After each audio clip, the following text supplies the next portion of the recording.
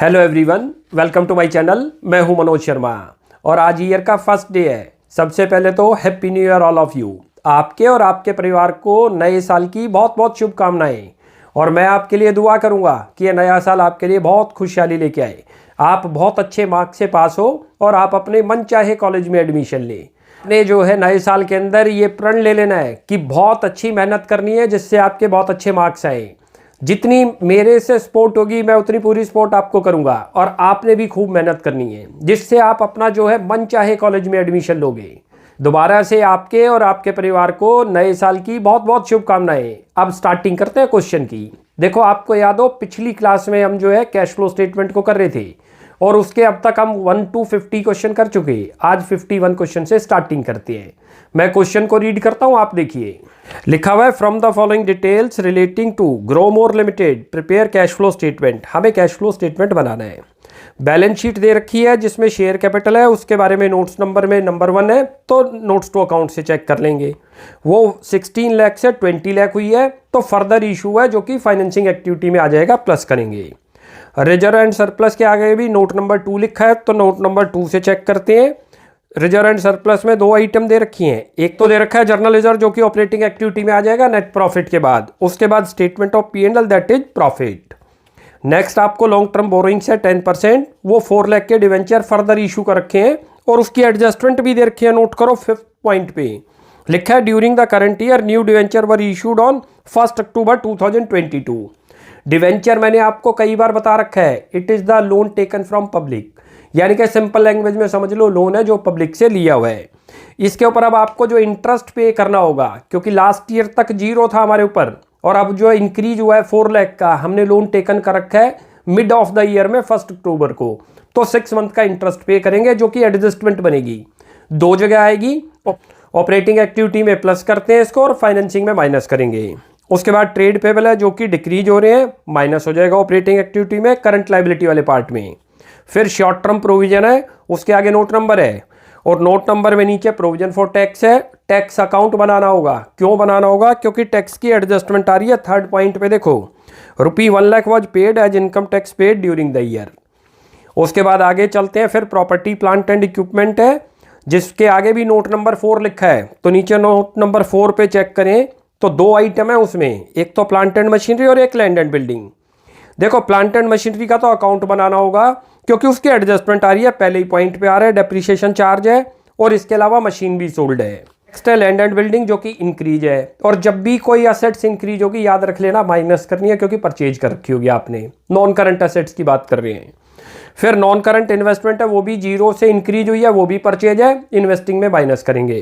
Current assets आ रही है, inventory दे रखी है, वो इंक्रीज है, ऑपरेटिंग एक्टिविटी में माइनस होगी। फिर ट्रेड रिसीवेबल है, वो आपके डिक्रीज है, ऑपरेटिंग एक्टिविटी में प्लस होगी वर्किंग कैपिटल वाले पार्ट में। कैश एंड कैश इक्विवेलेंट तीनों एक्टिविटी के बाद आएगा। उसके बाद नीचे एडजस्टमेंट दे रखी है। एडजस्टमेंट में जैसे जैसे एडजस्टमेंट आएगी वो क्वेश्चन करते टाइम अब करते हैं उनको। देखो, 2 अकाउंट प्रिपेयर करने होंगे वर्किंग कैपिटल में। एक तो मशीन अकाउंट बनाना पड़ेगा, क्यों? क्योंकि उसकी एडजस्टमेंट आ रही है। Number 2 provision for tax account बनाना पड़ेगा, उसकी एडजस्टमेंट आ रही है। तो वर्किंग में 2 अकाउंट बनाने हैं। सबसे पहले तो नेट प्रॉफिट से स्टार्टिंग करते हैं। यहाँ कोई सबसे पहले ऑपरेटिंग एक्टिविटी लिख दो, यहाँ पर लिखो नेट प्रॉफिट। कैसे लिखते हैं याद करो, closing balance minus opening balance. चलो जी, कितना कितना दे रखा है चेक करो। ये रहा नोट्स नंबर पे। चलो, रिजर्व एंड सरप्लस दे रखा है, उसके नीचे 1,20,000 से 2,80,000 का प्रॉफिट हुआ है, 80,000 रुपये लिख दो। और इसके अंदर आपको आइटम बता रखे हैं, क्या लिखते हैं। जर्नली आपको 5 आइटम दिखेंगे, एक तो नेट प्रॉफिट, एक प्रोविजन फॉर टैक्स, एक जर्नल रिजर्व और 2 डिविडेंड इंटरिम और प्रपोज। जर्नली यही दिखते हैं। कभी कभार एक्स्ट्रा ऑर्डिनरी आइटम आ सकती है और कभी टैक्स रिफंड है तो माइनस कर देंगे। इस क्वेश्चन में एक तो जर्नल रिजर्व दे रखा है, एक आपको प्रोविजन फॉर टैक्स दे रखा है और एक डिविडेंड दे रखा है। यहाँ करते हैं शुरुआत। सबसे पहले तो ऐड करो यहाँ जर्नल रिजर्व में जो ट्रांसफर करा आपने, लिख दो। नोट कर रखा है, चेक करो। ये रहा नोट्स नंबर पे चले जाओ, नंबर 2 पे 1 लाख रुपये का रखा है, 1 लाख रुपये लिख दो। ये तो बन गया हमारा ये। अब करते हैं आगे प्रोविजन फॉर टैक्स जो कि मेड यहाँ लिखेंगे। उसके लिए अकाउंट बनाना है, पहले अकाउंट पे चलते हैं। यहाँ लिख लो पहले मैं एक बार ये टैक्स और यहाँ लिख लो मेड। मेड लिखो या प्रोवाइड लिखो, दोनों का मीनिंग सेम है, यानी कि प्रोविजन बनाना। चलो जी, अब टैक्स अकाउंट करते हैं। ये रहा टैक्स अकाउंट में देखो कैसे करते हैं, ये लाइबिलिटी का पार्ट है और लाइबिलिटी के बैलेंस बीडी क्रेडिट लिखते हैं। दो बैलेंस लिखते हैं, पहले बैलेंस बीडी और बैलेंस सीडी। जब बैलेंस शीट में दो बैलेंस होंगे तो असेट्स के बैलेंस बीडी डेबिट और डेबिट साइड आएंगे, लाइबिलिटी के बैलेंस बीडी क्रेडिट। तो सबसे पहले तो यहाँ बाई बैलेंस बीडी लिख दो जितना दे रखा है। तो अकाउंट्स पे आ जाओ, थर्ड पॉइंट पे शॉर्ट टर्म प्रोविजन में प्रोविजन फॉर टैक्स दे रखा है 1,40,000 बैलेंस बीडी हुआ। लास्ट ईयर वाले को बैलेंस बीडी बोलते हैं, करंट ईयर वाले को बैलेंस सीडी बोलते हैं। या लिखो बैलेंस बीडी 1,40,000, ये लो। और 2 लाख रुपये बैलेंस सीडी दे रखा है, वो इधर आ जाएगा। ये समझ आ गया, ये अच्छी तरह से याद रख लो। बैलेंस बीडी, लाइबिलिटी के बैलेंस बीडी क्रेडिट, असेट्स के बैलेंस बीडी डेबिट। जब असेट्स अकाउंट बनाएंगे तो बैलेंस बीडी यहाँ लिखेंगे। क्लियर है? अब जरा नीचे एडजस्टमेंट आओ इसकी, थर्ड पॉइंट पे आओ। लिखा है 1 lakh was paid as income tax during the year. 1 lakh रुपये पेड है तो यहाँ आएगा। मेड दे रखा है तो पहले मेड लिखो, पेड निकल जाएगा। क्वेश्चन में पेड दे रखा है कि इतना पे कर रखा है तो मेड निकल जाएगा। यहाँ लिख दो टू बैंक और ब्रैकेट में कर दो पेड। कितना का रखा है? 1 लाख रुपये, ये रहा। तो मेड आ गया आपका। ये 3 लाख बन गया, लिख लो 3 लाख, ये रहा। और यहाँ जो निकल जाएगा उसको बोलते हैं स्टेटमेंट ऑफ P&L। ब्रैकेट में लिख लो मेड यहाँ पर, या प्रोवाइड लिख लो, दोनों में से कोई भी एक वर्ड। कितना निकल गया? 1,60,000। क्लियर है? ये यहाँ पर ऐड होगा, याद रख लो 1,60,000। ये अब यहाँ लिख दो 1,60,000, ये लो। ये निकाल के हम यहाँ से लाए हैं। अब इसके अंदर आगे क्या ऐड करना है? 2 डिविडेंड। एक ही डिविडेंड दे रखा है क्वेश्चन में, चेक करो, देखो point. First dividend for the year ended 31 March 23 4 lakh and for the year ended 31 मार्च 2022 2 लाख। हमें 22 लास्ट ईयर का लेना है, करंट ईयर का रिपीट कर लो, लेना ही नहीं है, इग्नोर कर देना है। तो 2 लाख रुपये लेंगे। अब और कोई प्रपोज डिविडेंड के अलावा इंटरिम डिविडेंड है नहीं, मैंने आपको बताया, कोई एक्स्ट्रा ऑर्डिनरी आइटम नहीं। अब इसको क्लोज करते हैं। अब इसका टोटल करते हो तो टोटल चेक करो, 2 और 3 5,40,000 हो रहा है। लिख लो 5,40,000 और इसके आगे लिख दो net profit before tax and extra ordinary item. ये ऑपरेटिंग एक्टिविटी 3 पार्ट में बनती है। एक ये पार्ट है, एक आएगा अब नॉन कैश और नॉन ऑपरेटिंग। उसमें भी 5-6 आइटम है, मैंने आपको बता रखी हैं। कौन कौन सी होती है? देखो, depreciation on fix assets, amortisation of intangible assets, इसके अलावा इंटरेस्ट ऑन बोरोइंग, चाहे शॉर्ट टर्म हो चाहे लॉन्ग टर्म हो। कोई मशीन को सेल आउट करते हो आप तो उसके ऊपर कोई लॉस हुआ तो ये आ जाएगा। इसके बाद प्रोविजन फॉर डाउटफुल डेट, या कभी कभार शेयर इशू एक्सपेंस और अंडरराइटिंग कमीशन। जनरली ये दिखते हैं, और भी हो सकते हैं लेकिन मोस्टली यही दिखेंगे आपको। और ये एक पार्ट हो गया। फिर अगला पार्ट बनता है वर्किंग कैपिटल, जिसमें करंट एसेट्स और करंट लायबिलिटी लेंगे। इन्वेस्टिंग एक्टिविटी काफ़ी छोटी बनती है, फाइनेंसिंग भी बहुत छोटी बनती है, बस ऑपरेटिंग ही बड़ी बनती है। अब यहाँ हेडिंग डाल दो नॉन कैश और नॉन ऑपरेटिंग आइटम। अब इसमें देखो क्या क्या लेंगे। एक तो डेप्रीशिएशन लेंगे जो असेट्स के ऊपर हुआ, यदि असेट्स के ऊपर कोई प्रॉफिट लॉस है वो इसमें लेंगे। तो एक प्लांट एंड मशीनरी अकाउंट बना लें।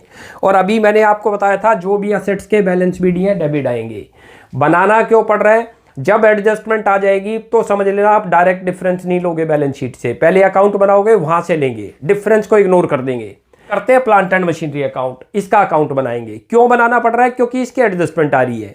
देखो, जो भी आप आइटम जो भी बैलेंस शीट में लिखी हैं उनसे रिलेटेड यदि उनके बैलेंस बीडी और सीडी दे रखे हैं, उनकी एडजस्टमेंट आ जाए तो अकाउंट बनाना होगा। देखो, हमने जैसे टैक्स अकाउंट बनाना पड़ा, इसके ब्रॉड डाउन कैरिड डाउन थे तो आपको इसकी एडजस्टमेंट आई थी कि टैक्स पेड कर रखा है, अकाउंट से मेड निकाल लाए। ऐसी अब यहां पर भी परचेजेज और सेल निकाल के लाएंगे, कितनी हुई कितनी नहीं। असेट्स के बैलेंस बीडी क्या बताए थे? Debit side. तो सबसे पहले यहां लिख दो 2 बैलेंस बीडी। हमेशा शुरुआत आपको ब्रॉड डाउन से करनी है, याद रख लो। बैलेंस बीडी कितना अमाउंट दे रखा है नोट करो, बैलेंस बीडी। और ये भी आप डायरेक्ट यहां से मत लेना बैलेंस शीट से, क्योंकि उसके आगे नोट नंबर 4 लिखा है। तो नोट्स टू अकाउंट्स में चलो नंबर 4 पे, वहां पर आपको प्लांट एंड मशीनरी 10 लाख से 14 लाख। 10 लाख तो बैलेंस बीडी ओपनिंग बैलेंस है तो 10 लाख लिखो। हाथ क्या हाथ इसका बैलेंस सीडी भी लिख दो 14 लाख, वो ये रहा। अब चलते हैं, अब देखो एडजस्टमेंट पढ़ते हैं। पहली एडजस्टमेंट पे आओ, लिखिए depreciation at the rate of 25% was charge on the opening value of plant and machinery. Opening value कौन सी दिख रही है आपको? एरी, इसका 25% कर दो। करोगे तो 2,50,000 आ जाएगा, लिख दो यार डेप्रीशिएशन। मैं आपको करके दिखाता हूं, यहीं पर ये रहा 2,50,000 कैसे आ गया, यहीं कैलकुलेशन कर देते हैं। 10 लाख रुपये और इंटू 25/100 कर दो, ये बन गया आपका। क्लियर है? ये बना 2,50,000। उसके बाद आगे चलते हैं। अब इसी की सेकंड नंबर पे भी एडजस्टमेंट है, लिखा है during the year 1 old machine costing 1 lakh. Cost value अच्छी तरह से रिपीट कर रहे हैं। रिटर्न डाउन वैल्यू कितनी है? जिसको बुक वैल्यू बोलते हैं उसी को बोलते हैं रिटर्न डाउन वैल्यू। 40,000 हमारा बुक वैल्यू से ही वास्ता है या रिटर्न डाउन वैल्यू से वास्ता है? कितनी है? 40। कितने में सेल आउट कर दी आपने? मोर देन 40 करोगे तो प्रॉफिट है और लेस देन 40 करोगे तो लॉस है। आपने 70 की सेल आउट कर दी तो 30,000 का प्रॉफिट दिख रहा है, क्योंकि 40,000 वाली आपकी मशीन कितने में सेल आउट हो गई? 70। पहले तो लिख दो जितने में सेल आउट हुई बाई बैंक, ब्रैकेट में कर दो सोल्ड। कितने की हुई है? 70। इसके ऊपर आपको 30,000 का प्रॉफिट दिख रहा है। कैसे पता चला? 40 वाली चीज, 40,000 वाली चीज कितने में सेल है? मोर देन 40,000, तो प्रॉफिट होगा।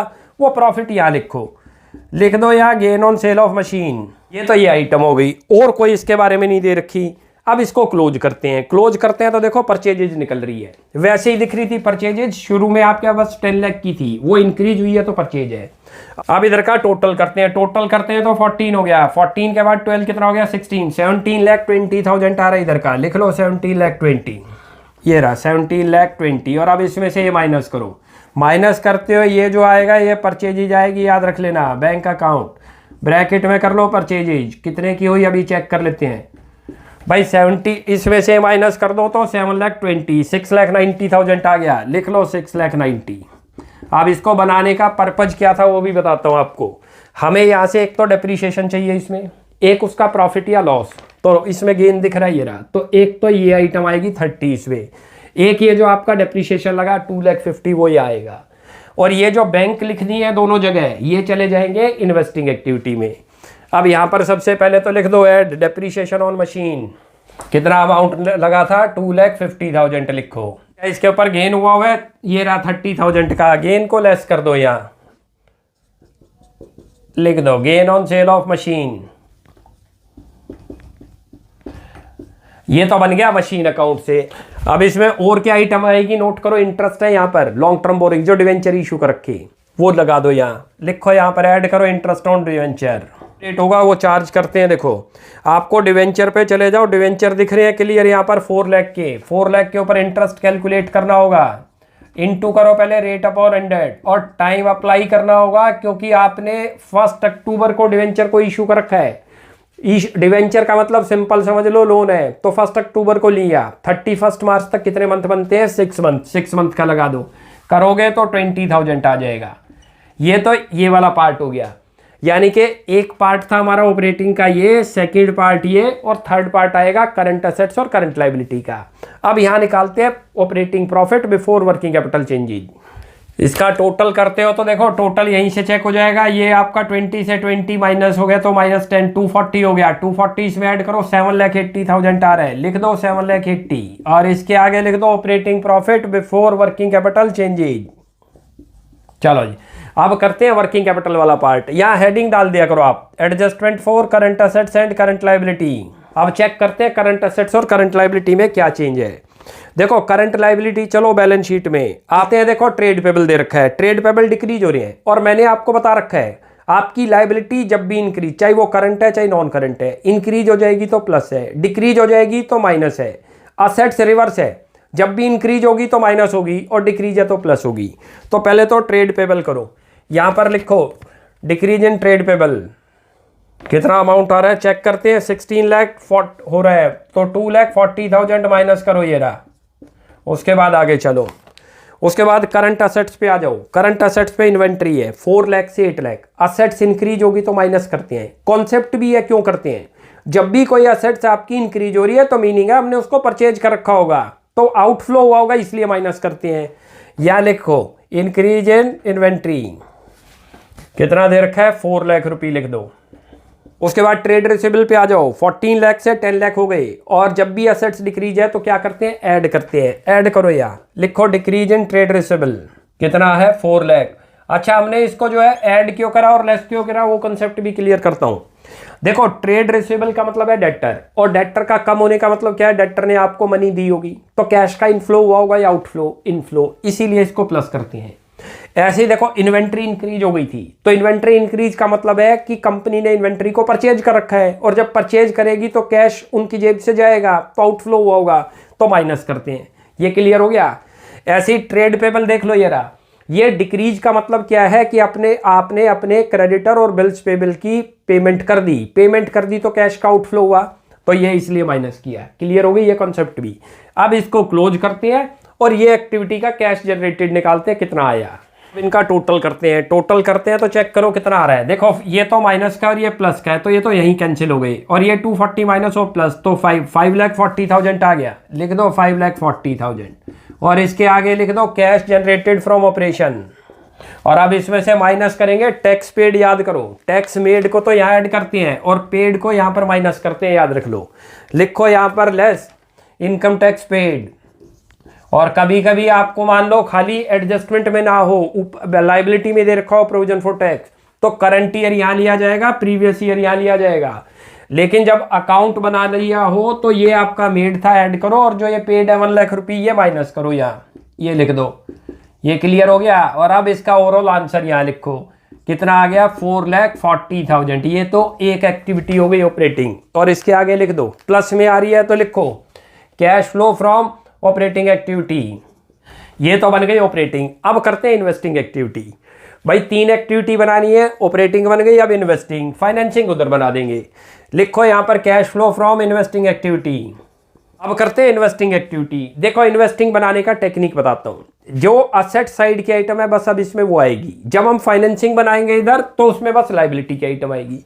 आपको जो इनफ्लो और आउटफ्लो हुआ हो सेल करने या परचेज करने से वो दिखाएंगे। देखो यार आपने 70,000 की सेल करी है तो प्रोसीड्स हो रही है, इनफ्लो हो रहा है, प्लस कर दो। परचेज करी थी, आउटफ्लो हो रहा है, माइनस करो। पहले तो यही लिख लो आप कितना है, ये लिखो proceeds from sale of machine कितने की है 70,000। ये इसी डिटेल वाले कॉलम में लिखेंगे। आउटर कॉलम जो दूसरा बनता है उसमें तो ओवरऑल जब आएगा तब लिखेंगे। ऐसे ही लिखो यहाँ पेमेंट कर रखी है 690 की, payment for purchase of machine. ये देखो लैंड एंड बिल्डिंग पे लैंड एंड बिल्डिंग भी परचेज कर रखी है। कैसे पता चली, नोट्स टू अकाउंट्स में चलो, वहाँ पर प्रॉपर्टी प्लांट एंड इक्विपमेंट में 4th पॉइंट पे 8 लाख से 12 लाख हो रही है लैंड एंड बिल्डिंग, परचेज कर रखी है। लिखो यहाँ पर payment for purchase of land and building 4 lakh रुपये। इसके अलावा चेक करो अब ऊपर नॉन करंट इन्वेस्टमेंट पे भी आओ, वो भी परचेज है। 0 से 2 लाख दिख रही है, इंक्रीज है। मैंने आपको बता दिया असेट्स जब भी इंक्रीज है तो माइनस होनी, डिक्रीज है तो प्लस। 2 लाख रुपये से परचेज कर रखी है इन्वेस्टमेंट, लिख लो। लिखो payment for purchase of investment. अब ये इनका टोटल करते हैं, टोटल करते हैं तो 6 और 4 10 लाख हो गया, 12,90,000, 12,20,000 माइनस में आ रहा है। लिख लो 12,20,000 माइनस, यानी कि यूज्ड हुआ है। और इसके आगे लिख दो cash used in investing activity. जब फाइनल ओवरऑल एक्टिविटी का रिजल्ट आ जाएगा तो आउटर कॉलम में लिखते हैं, क्लियर है, अदरवाइज डिटेल में लिखते जाएंगे। तो ये 2 एक्टिविटी बन चुकी। अब करते हैं फाइनेंसिंग, वो यहाँ बनाओ। लिखो cash flow from financing activity. याद रखो जब इन्वेस्टिंग बन रही थी तो खाली असेट साइड की आइटम लेनी थी, जब फाइनेंसिंग बनेगी तो खाली लाइबिलिटी साइड की आइटम लेंगे और कोई नहीं। ऑपरेटिंग में दोनों साइड की लिखते हैं, याद रख लो। अब सबसे पहले लाइबिलिटी पे चलो, शेयर कैपिटल पे आ जाओ, नोट्स नंबर पे 16 लाख से इंक्रीज हो रहे हैं। और मैंने आपको सीधा बता रखा है कैश फ्लो स्टेटमेंट का, लाइबिलिटी जब भी इंक्रीज है तो प्लस करेंगे, डिक्रीज है तो माइनस। असेट्स याद रख लो, रिवर्स हो जाएगी लाइबिलिटी की, इंक्रीज है तो माइनस, इंक्रीज है तो प्लस। अब ये लाइबिलिटी इंक्रीज हो रही है तो प्रोसीड्स है। वैसे भी लॉजिक लगा लो, आपके शेयर इंक्रीज हो गए तो फर्दर शेयर इशू करें तो मनी आई होगी कंपनी के पास तो प्लस होगी। लिखो यहाँ पर proceeds from issue of share, कितना अमाउंट है 4 लाख रुपये। लिखो 4 लाख रुपये, क्लियर है। आगे चलते हैं, अब आगे चलते हैं तो डिवेंचर पे आ जाओ, वो भी इंक्रीज हो रहे हैं 0 से 4 लाख, तो वो भी प्रोसीड्स हुई है। फर्दर इशू करा आपने डिवेंचर का, प्लस करो। लिखो proceeds from issue of debenture, कितना अमाउंट है 4 लाख रुपये लिख दो। दोनों प्लस के हैं, याद रख लेना। इसके अलावा आप याद करो इस डिवेंचर पर इंटरेस्ट पे हुआ था जो एडजस्टमेंट है, उसके आगे परसेंटेज का साइन था तो हमने इंटरेस्ट निकाला था, याद करो ये रहा 20,000। ये वहां पर भी आएगा, ये अपने आप में एडजस्टमेंट बनती है, इसको बोलते हैं इम्प्लाइड इंटरेस्ट। ये असेट साइड में भी कभी परसेंटेज इन्वेस्टमेंट के सामने आ जाए तो आपको पहले उसका इंटरेस्ट निकालना है और वो 2 जगह जाएगा। ऑपरेटिंग में तो माइनस करते हैं, याद रख लो, यहाँ पर नॉन कैश वाले आइटम में, नॉन ऑपरेटिंग इनकम में। और उसके बाद जो है इन्वेस्टिंग में प्लस करते हैं क्योंकि रिसीव्ड हुआ है। या लिखो payment of interest on debenture, कितना अमाउंट है 20,000 माइनस करो। और हाथ के हाथ याद करो एक एडजस्टमेंट आई थी डिविडेंड की, प्रपोज डिविडेंड प्रीवियस ईयर का है जो हमने यहाँ लिया, ये रहा 2 लाख, वो वहाँ माइनस भी होगा। मैंने आपको बताया एडजस्टमेंट 2 जगह जानी है। अच्छा पेमेंट हुई है तो माइनस करेंगे, करंट ईयर का डिविडेंड कहीं लिखना ही नहीं, ना ऑपरेटिंग में यहाँ लिखना ना यहाँ लिखो पेमेंट ऑफ प्रपोज डिविडेंड। कितना अमाउंट है चेक करो, 2 लाख रुपये, लिख दो 2 लाख रुपये। क्लियर है। अब इसका आंसर निकालते हैं कितना बनता है। अब इसका टोटल करते हैं, तो चेक करो, देखो 8 लाख 2 6 लाख 5,80,000 आ रहा है प्लस में, लिख दो 5,80,000 ये रहा। और इसके आगे क्योंकि प्लस में आ गया तो लिख दो cash flow from financing activity. बन गई हमारी तीनों एक्टिविटी। अब तीनों को क्लब करते हैं और क्लब करने के बाद क्या निकालते हैं, नेट इंक्रीज या decrease in cash and cash equivalent. पहले चेक करते हैं कि माइनस में आ रहा है या प्लस में। देखो ये तो 440 प्लस का और वो 580 भी प्लस का था। 4 और 5 9, 10,20,000 तो प्लस का है, 12,20,000 माइनस का है तो माइनस में आ रहा आंसर। तो यहाँ क्या लिखेंगे, net decrease in cash and cash equivalent. तीनों को ऐड करते हैं। कितना अमाउंट आया था, माइनस में आ रहा था 2 लाख। अभी हमने जब चेक करा, अभी आपको यहाँ और चेक करा देते हैं इसको। ये देखो 440 तो प्लस का है, लिखो 4,40,000। तीनों को क्लब करो। उसके बाद ये रहा इन्वेस्टिंग एक्टिविटी 12 लाख आ रही है, वो किसकी आ रही है, माइनस की, तो माइनस का साइन लगा दो, ये प्लस का साइन है। और ये भी प्लस का था 5,80,000, ये मिलाकर आपका 2 लाख रुपये माइनस में आ गया। अब इसमें क्या करते हैं, opening cash and cash equivalent को ऐड करते हैं। ऐड करो यहाँ पर, वो आपको अच्छी तरह क्वेश्चन में नोट करो, 2 लाख रुपये दे रखा है और इसको इसके अंदर ऐड करते हैं तो ये क्या बन गया, 0 बन गया। और closing cash and cash equivalent check करो, बुक के अंदर 0 दिखा रखा है, तो यानी कि हमारा कैश फ्लो स्टेटमेंट करेक्ट है। लिख दो इसके आगे closing cash and cash equivalent. ये हमारा कैश फ्लो स्टेटमेंट हो गया। पहले तीनों एक्टिविटी बना ली, तीनों को क्लब करते हैं, याद रख लो। और उसके बाद opening cash and cash equivalent add कर दो, वो अपने आप क्लोजिंग के इक्वल आना चाहिए। वो क्लोजिंग के इक्वल आ रहा है तो समझ लो हमारा कैश फ्लो स्टेटमेंट करेक्ट है। इक्वल ना आए तो कोई ना कोई एक्टिविटी में मिस्टेक हो गई। क्लियर है। तो आज हमारा अभी ये 51 क्वेश्चन कंप्लीट हो गया। नेक्स्ट क्लास में आगे कंटिन्यू करते हैं। आप यहाँ तक प्रैक्टिस कीजिए। कोई भी डाउट लगता है you will ask in comment section. आपको हमारी वीडियो अच्छी लगती है प्लीज इसको लाइक एंड सब्सक्राइब कीजिए। Thanks for watching my video. Next class में जल्दी ही मिलते हैं। और again happy new year all of you and your family.